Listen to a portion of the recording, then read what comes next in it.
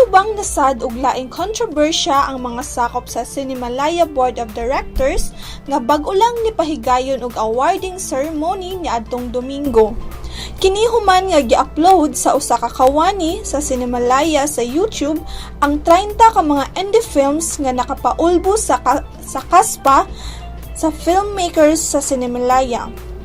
Ang Cinemalaya Board nangayo og pasaylo ug nisaad nga tangtangon nila ang maong mga pelikula sa maong site.